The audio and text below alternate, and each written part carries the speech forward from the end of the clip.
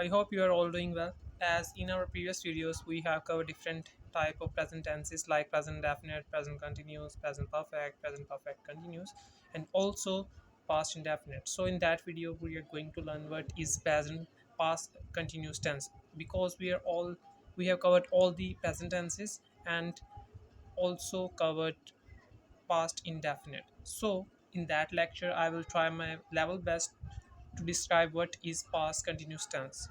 So what is its identification, what is its formula, and how can we form that tense, and what is its major helping verb. So in that lecture, I'm going to explain everything from A to Z, and then everything will be good to go. So I will try to explain everything in Urdu because as you know, everyone in Pakistan understand Urdu very well, so that's why I will try to explain everything in Urdu. So let's start without wasting time. First of all what is it's identification, यानी कि past continuous जो tense है इसकी identification क्या है, इसकी पहचान क्या है, कैसे पता चलेगा उर्दू में कोई उर्दू बोल रहा हो कि पास्ट कंटिन्यूस टेंस है कि नहीं. सो ऐसा कोई भी टेंस जिसके आखिर में रहा था, रही थी, रहे थे वगैरह आए, यानी कि रहा और था, थी, थे वगैरह आए, वो क्या होगा, पास्ट कंटिन्यूस टेंस होगा. और इसको हम इंग्लिश में कैसे ट्रांसलेट कर सकते हैं. सो इसमें 4 केसेस होते हैं, सिंपल, नेगेटिव, इंट्रोगेटिव और लास्ट में इंट्रोगेटिव नेगेटिव. लेकिन इंट्रोगेटिव नेगेटिव बहुत कम यूज़ किया जाता है, उसमें ज़्यादा चेंज नहीं आता, इसलिए ये 3 जो हैं ये ज़्यादातर यूज़ किए जाते हैं, इसलिए इसको वीडियोस में ज़्यादा एक्सप्लेन करता हूँ मैं. ठीक है. तो सिंपल टेंस ऐसा कोई भी टेंस जिसको आप सिंपली एक्सप्लेन करना चाह रहे हो, तो उसमें ये कंपोनेंट्स होंगे. सबसे पहले सब्जेक्ट आ जाता है, उसके बाद हेल्पिंग वर्ब आ जाता है. अच्छा, पास्ट कंटिन्यूस टेंस जो है इसमें वाज और वर 2 हेल्पिंग वर्ब होते हैं. ठीक है. वाज जो होता है वो आई, ही, शी, इट और सिंगुलर नाउन के साथ यूज़ किया जाता है, यानी कि I was, he was, she was, it was, singular noun. ठीक है. और वर जो है यू, दे, वी और प्लूरल नाउन के साथ यूज़ किया जाता है, यानी कि you were, they were, we were plural noun के साथ यूज़ किया जाता है. ठीक है. उसके बाद आ जाता है इसमें यानी कि फॉर्म ऑफ वर्ब कौन सी यूज़ होगी, तो इसमें फ़र्स्ट फॉर्म यूज़ की जाती है और साथ में आईएनजी यूज़ किया जाता है, जिसे हम जर्नड कहते हैं, यानी कि फ़र्स्ट फॉर्म के साथ आईएनजी. से फोर्थ फॉर्म भी कंसीडर किया जाता है इंग्लिश लैंग्वेज में. तो हम नेक्स्ट वीडियोज़ में मैं आपको इस तरह बताऊँगा कि फोर्थ फॉर्म ऑफ वर्ब. ठीक है. यानी कि फोर्थ फॉर्म क्या होगी, फर्स्ट फॉर्म के साथ आईएनजी से जर्नड कहा जाता है. उसके बाद इसमें ऑब्जेक्ट यूज़ किया जाता है. ऑब्जेक्ट यानी कि वो काम कर रहा होगा. ठीक है. इसमें ऑब्जेक्ट क्या है, काम. ठीक है.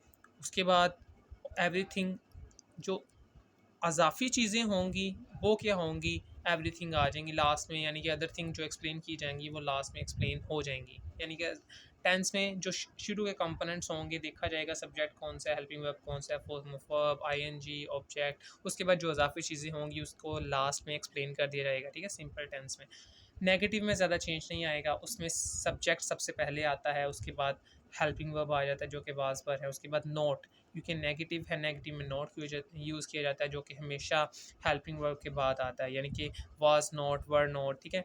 फर्स्ट फॉर्म और आईएनजी यानी जर्नड यूज़ किया जाता है, उसके बाद ऑब्जेक्ट, उसके बाद अदर थिंग.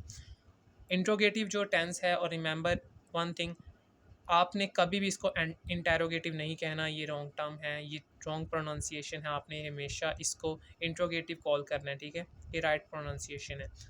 उसके बाद जो इंट्रोगेटिव टेंस है उसमें हेल्पिंग वर्ब सबसे पहले आता है, यानी क्या तुम सो रहे थे, क्या तुम खा रहे थे, क्या तुम खेल रहे थे. तो क्या जो होगा वो ये डिनोट करेगा कि आपने सवाल पूछा है, और इसमें क्वेश्चन मार्क से भी पता चल जाता है, लास्ट में सवाल पूछा जाता है. इंट्रोगेटिव नेगेटिव में भी क्वेश्चन मार्क आता है, लेकिन उसमें क्या पहचान होती है वो मैं एक्सप्लेन कर दूंगा.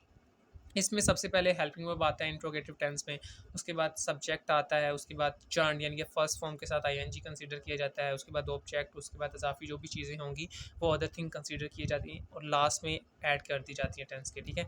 उसके बाद आपने एक चीज़ याद रखनी है कि इसमें लास्ट में क्वेश्चन मार्क आता है, क्योंकि अगर हम देखा जाए तो यूएसए लैंग्वेज में, यानी कि यूएसए की जो इंग्लिश लैंग्वेज है उसमें लास्ट में ना क्वेश्चन मार्क डालना इतना ज़रूरी नहीं है, लेकिन आपने कोशिश करनी है एज अ पाकिस्तानी लास्ट में क्वेश्चन मार्क ज़रूर डालें, क्योंकि ये डिनोट करता है कि आपने सवाल पूछा है. ठीक है. क्योंकि एक ग्रामेटिकल रूल्स हैं तो आपने फॉलो करने हैं. इसकी कुछ एग्जांपल्स देखने से पहले मैं आपको बता देता हूँ कि इंट्रोगेटिव नेगेटिव क्या होता है. उसमें हेल्पिंग वर्ब शुरू में आ जाता है, यानी कि क्या तुम खा नहीं रहे थे, क्या तुम खेल नहीं रहे थे, तो ये जो क्या भी आएगा और इसमें ना भी करेगा, ठीक है।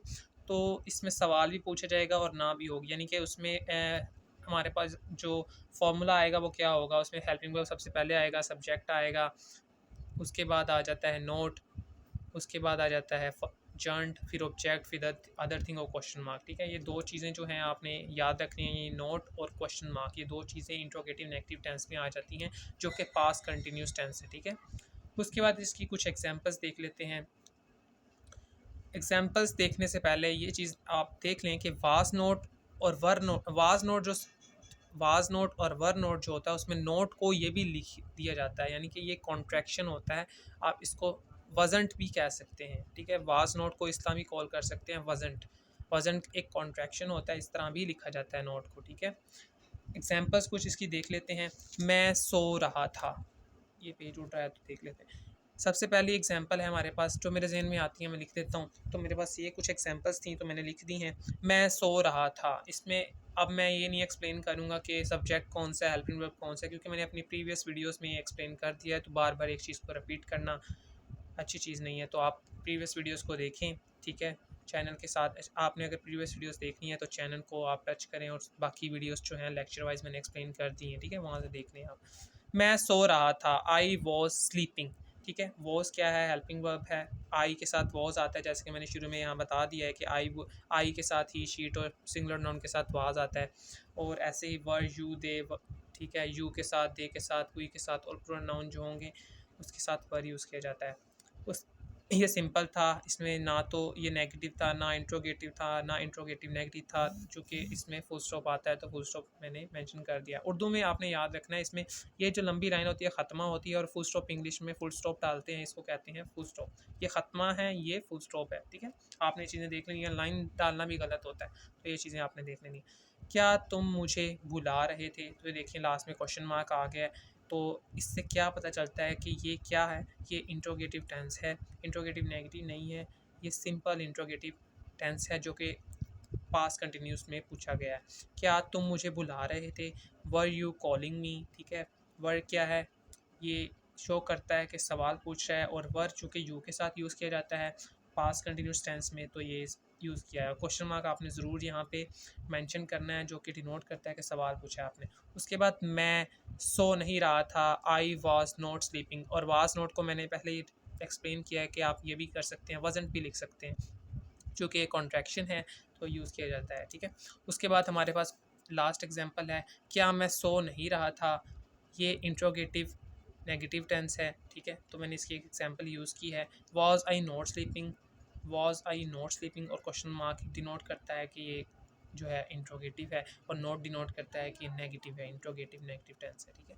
तो ये कुछ एग्जांपल्स थी, आप कोशिश करें जो भी आपके माइंड में एग्जांपल्स आएँ आप लिखें, ठीक है, उनको यूज़ करें रेगुलर लाइफ में, और इंशाल्लाह ताला वक्त गुजरने के साथ साथ after passage of some time you will be able to explain everything in English in your daily life. So I hope you will able to explain everything in your life in English language. So I hope you like that video. So like, share and comment. If you have any question, any query in your mind, I will try to explain everything, and then everything will be okay in your mind. Okay, so have a nice day.